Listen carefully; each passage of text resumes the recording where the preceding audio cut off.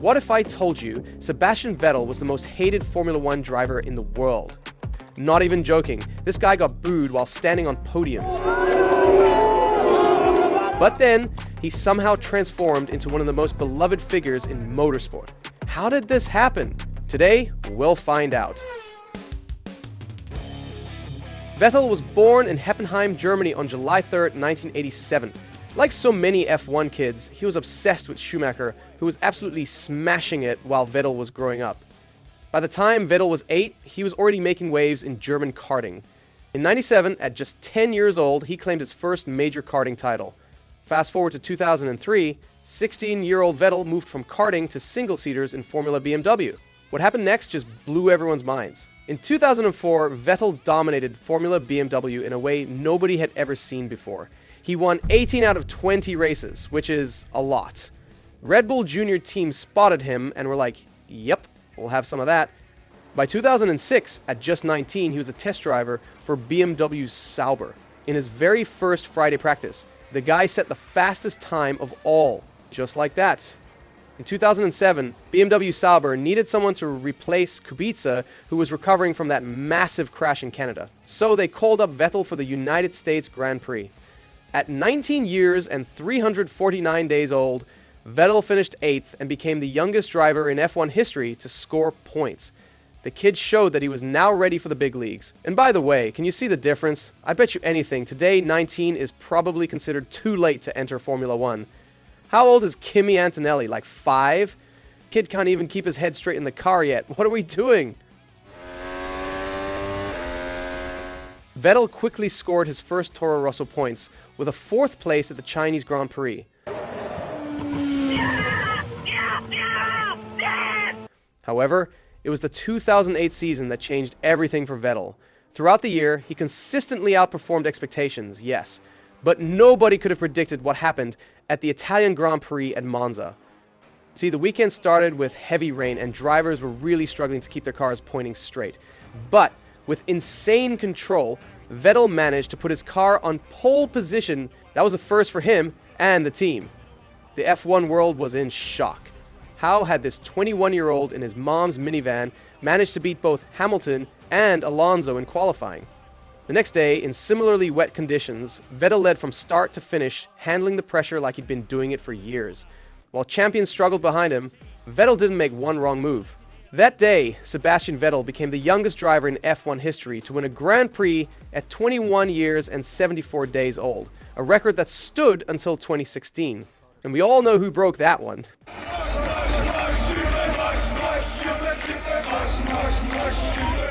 Red Bull Racing had been watching closely, and by the end of 2008 they made their move, promoting Vettel to the main team for the following season. But who would have thought this promotion will open up an entire villain arc in Vettel's career? Yes, I mean, first corner will be very tight, so we try to survive first lap, and then I think we have a very long race ahead of us. Partnering with the experienced Mark Webber, Vettel finally had his first real shot at competing at the front. It didn't take long to prove Red Bull made the right call. The season started with mixed results, but in China, Vettel showed what he was capable of. He took pole and dominated the race, securing Red Bull's first ever F1 victory. Yes, like the very first ever. Throughout 2009, Vettel won 4 races and secured 4 additional podiums. By the end of the season, he finished as runner-up in the championship behind only Jenson Button and that fairy tale Braun GP.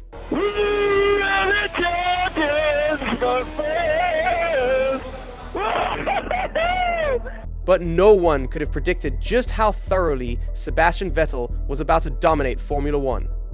Vettel entered the 2010 season as one of the favorites, and for good reason. The Red Bull RB6 was one of the fastest cars on the grid, and Vettel's pace was electric. But despite his speed, the season was anything but smooth sailing. In Australia, he was leading comfortably before a technical issue ended his race. In Turkey, that controversial collision with Webber while fighting for the lead led to heavy fallout. Then in Belgium, an unforced error saw him crash into Button, further denting his championship hopes. Heading into the final race in Abu Dhabi, Vettel was still in contention but not the favorite. Alonso and Webber were ahead of him in the standings, but Vettel dominated the race, leading from start to finish, while Alonso and Webber got stuck behind slower cars due to a strategic miscalculation by Ferrari. Yes, Ferrari's strategy was already very famous back then. It's been a running joke for almost 10 years now. When Vettel crossed the finish line at Yas Marina, the impossible became reality. He became the youngest world champion in Formula 1 history at just 23 years old. Give it 5 more years, and some F1 drivers will be retiring at this age, I guess. If 2010 was chaotic and unpredictable, 2011 was absolute dominance. I mean, he was, quite simply, unstoppable. The Red Bull RB7 was the class of its own, and Vettel maximized its potential to the fullest. He won 11 races that season, including victories in Malaysia, Monaco, Valencia, and India. By the Japanese Grand Prix, he had wrapped up his second consecutive World Championship with 4 races still remaining. There was no stopping Sebastian Vettel. He had reached another level entirely. However, Vettel's dominant performances put his personality on display. And let me tell you something, it was not good. After each pole position or race win, Vettel would celebrate with his now infamous finger wag, raising his index finger to signify that he was number one.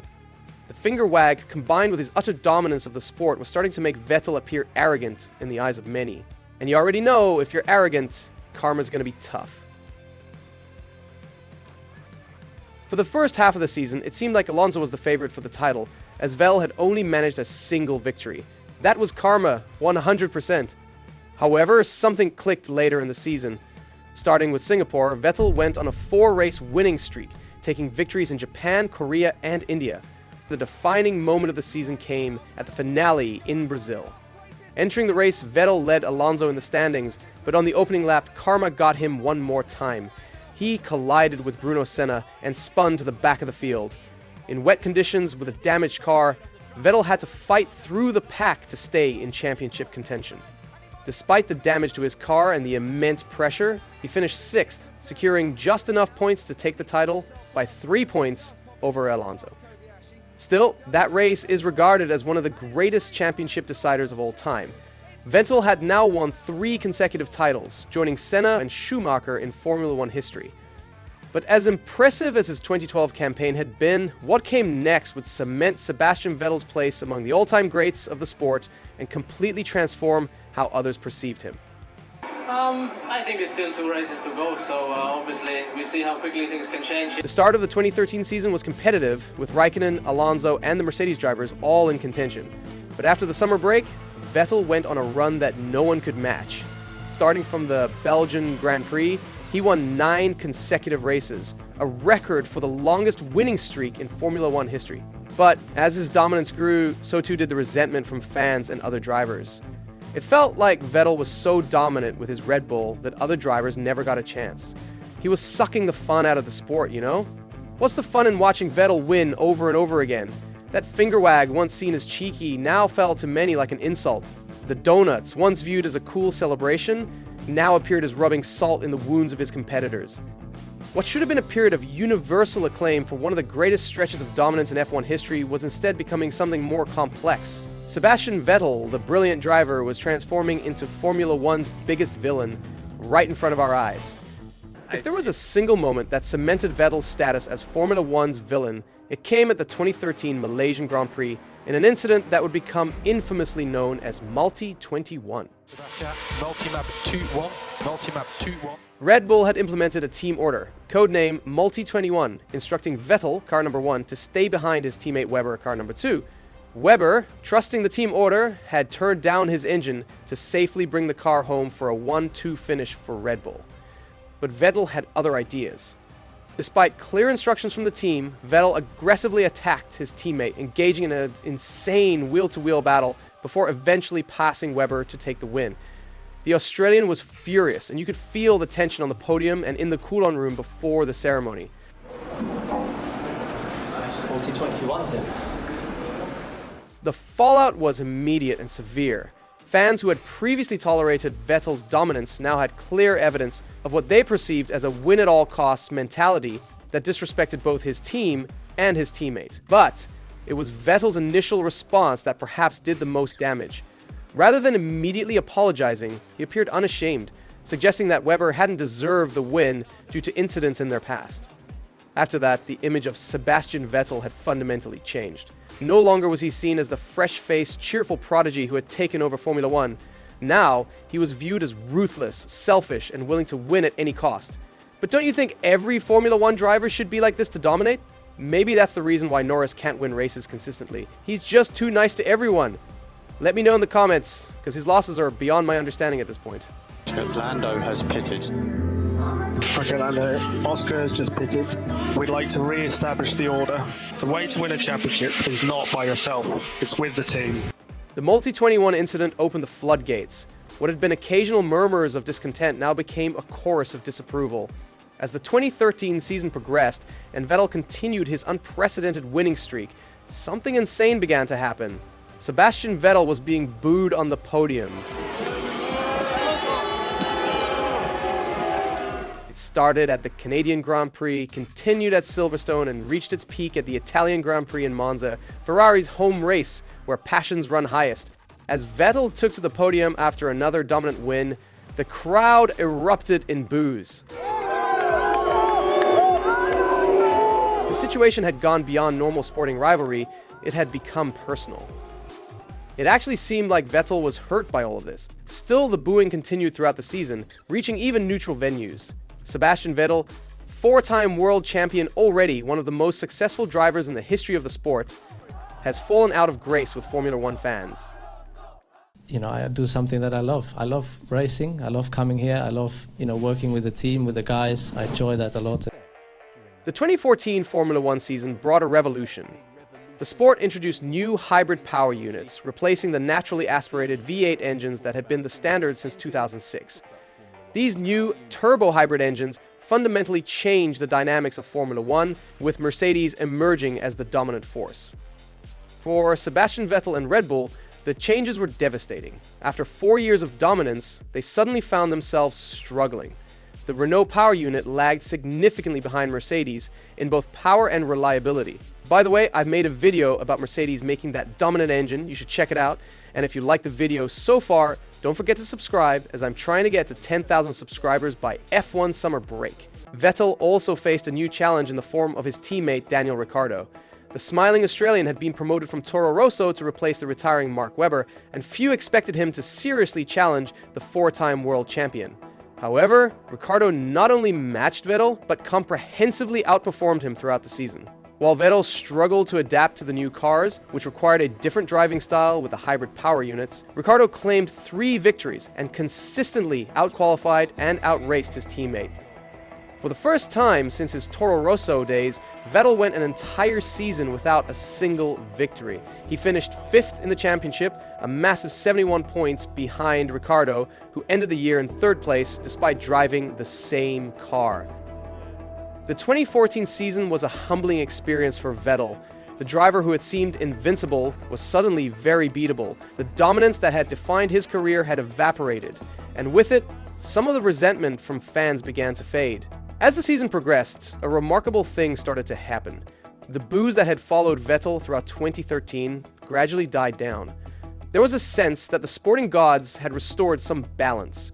The villain had received his punishment, and now, perhaps, it was time to reassess.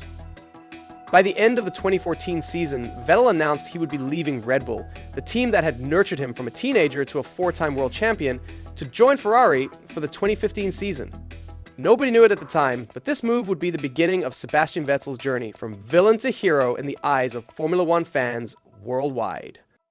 When Sebastian Vettel announced his move to Ferrari for the 2015 season, expectations were sky high. It was a move meant to mirror Schumacher's legendary time with the Italian team, and for many Ferrari fans, Vettel was the driver who would finally bring the championship back to Maranello after years of drought. Ferrari had struggled significantly in 2014, but with the new SF15T car and fresh energy brought by Vettel, things quickly began to look up. In just his 2nd race for the team, Vettel won the Malaysian Grand Prix, defeating the supposedly invincible Mercedes duo of Hamilton and Rosberg. Standing on the top step of the podium in the iconic Ferrari red, Vettel was overwhelmed with emotion. The Ferrari mechanics were ecstatic, and even the usually stoic team principal, Maurizio Arrivabene, couldn't contain his joy. Throughout 2015, Vettel consistently showed that Ferrari had taken a significant step forward. Look, they're not even there. There's not a single intermediate tyre in sight. They came in, whether that was the driver who called it or... He won twice more and accumulated a total of 13 podium finishes. He ended the season third in the championship, behind only the Mercedes drivers, but the key takeaway was that Ferrari was competitive again. Something else was happening too. Now, rather than the dominant force in the best car, Vettel was the challenger, the underdog fighting against the Mercedes juggernaut. The very same fans who had booed him on podiums during his Red Bull days were now cheering him on as he took the fight to the new dominant team. This morning the record books for the most wins read Schumacher, Prost, Senna. They now read Schumacher, Prost, Vettel. What does that mean to you? However, the 2016 season didn't turn out like a Netflix script wanted it to. Ferrari failed to win a single race all season. Vettel still managed 7 podium finishes, but the car simply wasn't strong enough to consistently challenge Mercedes. To make matters worse, Red Bull had caught up and leapfrogged Ferrari in performance. Ricciardo, Vettel's former teammate, actually finished ahead of him in the standings. I bet you anything. That hurts. Frustrations began to show, with Vettel having multiple heated radio exchanges throughout the season. Oh, I'm out! Crash! Somebody hit me in the rear, turn 2, and then somebody hit me in the rear again in turn 3, for sake. His infamous rant at the Mexican Grand Prix, where he expressed his slight disagreement with race directors' decisions, showed that the pressure was mounting. Charlie said, Yeah, no. you know what? Here's the message for Charlie. Oh, honestly. Oh. The 2017 season marked Ferrari's best shot at the title in years. The new SF70H car was fast, competitive, and capable of winning races consistently. Vettel started the season brilliantly, winning the opener in Australia and following it up with victories in Bahrain, Monaco, and Hungary. By the summer break, he was leading the championship, and a genuine title fight with Lewis Hamilton was developing. The Tifosi embraced Vettel fully. At Monza, where he had once been booed relentlessly, he now received cheers and adoration. The transformation in how he was perceived was remarkable. For Sebastian Vettel! But the crucial turning point came at the Singapore Grand Prix. Ferrari had locked out the front row, with Vettel on pole, but at the start, a collision involving Vettel and Kimi Räikkönen together with Red Bull's Max Verstappen eliminated all three from the race. Hamilton, who had started 5th, took an unexpected win, gaining a massive points advantage. The title fight basically fell apart from there. A spark plug failure in Japan, combined with mechanical issues in Malaysia, sealed Ferrari's fate. Vettel finished the year as runner-up, but the win had slipped away.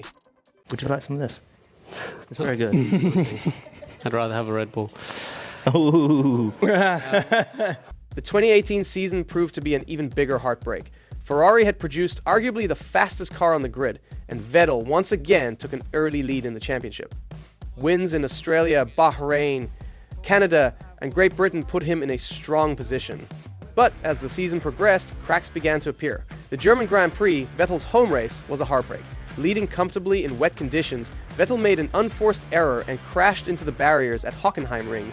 The image of him slapping his steering wheel became an emblem of his Ferrari years. That error gave Hamilton a win he had no right to expect, swinging the championship momentum firmly in Hamilton's favor. Further errors in Japan and Austin sealed Vettel's fate, and Hamilton was crowned champion once again. For Ferrari and Vettel, 2018 was their best shot at a title in over a decade, but crucial mistakes from both the team and the driver cost them dearly. I wouldn't be here if it wasn't for all the hard work my dad did, all my family, so yeah, a very humbling experience. With back-to-back failed title challenges, Ferrari shifted its approach for 2019. In a major move, they signed young rising star Charles Leclerc to replace Kimi Räikkönen, signaling a new direction for the team.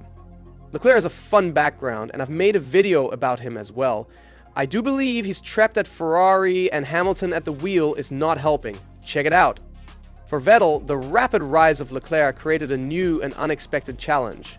For the first time since his difficult 2014 season with Daniel Ricciardo, he was being consistently challenged and often outperformed by his teammate.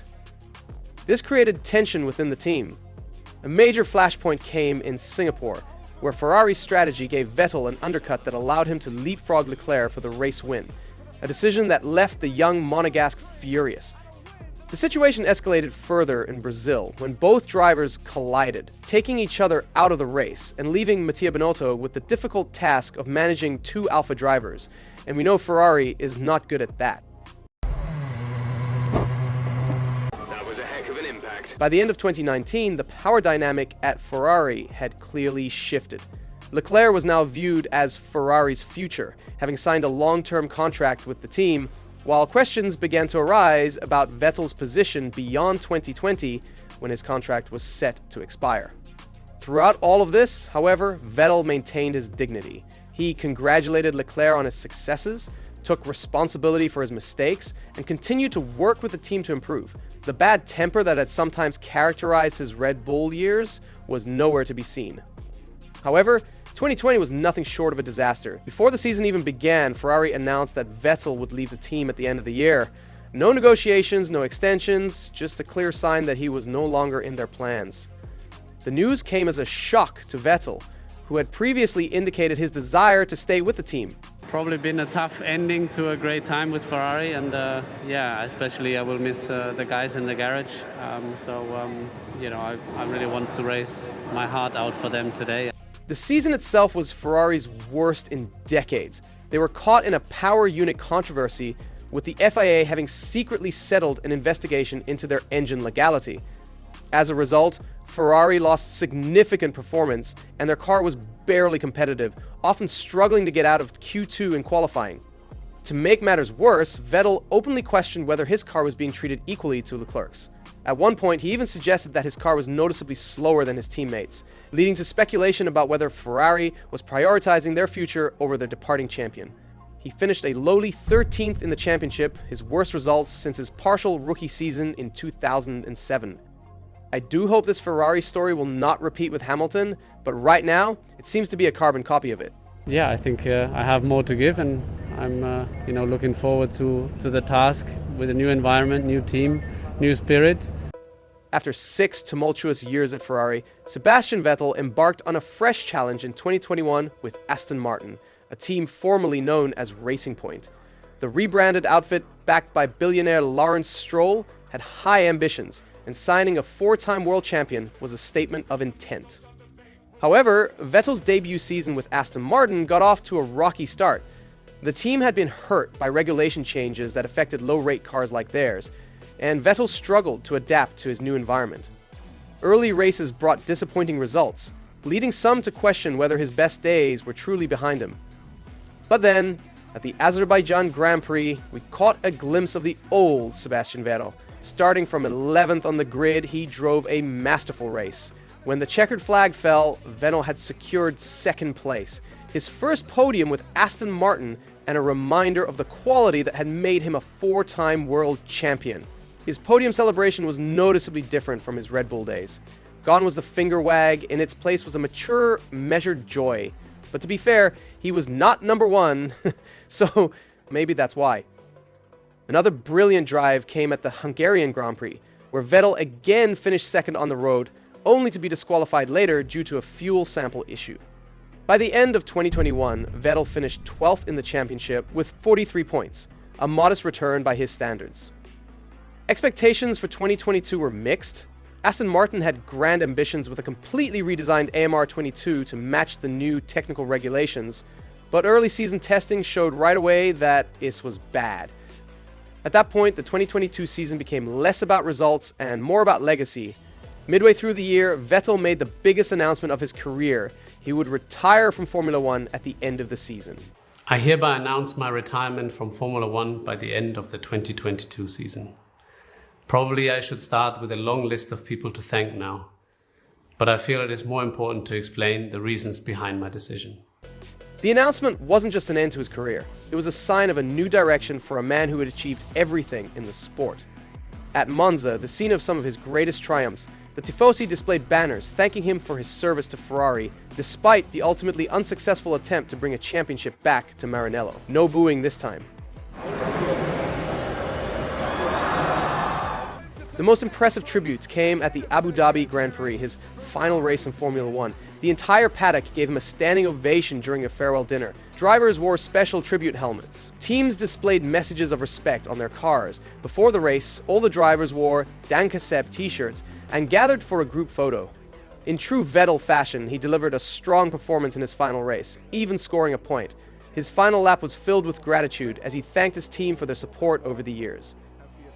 The most remarkable aspect of Sebastian Vettel's Formula One career isn't found in statistics, records, or even his 4 world championships.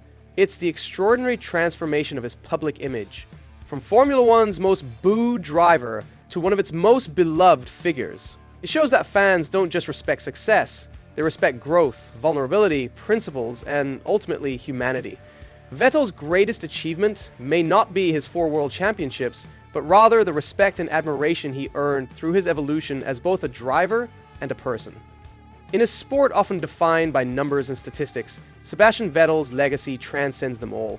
But still, where do you rank Vettel among the all-time greats? Maybe even top 3? Let me know in the comments, and don't forget to subscribe.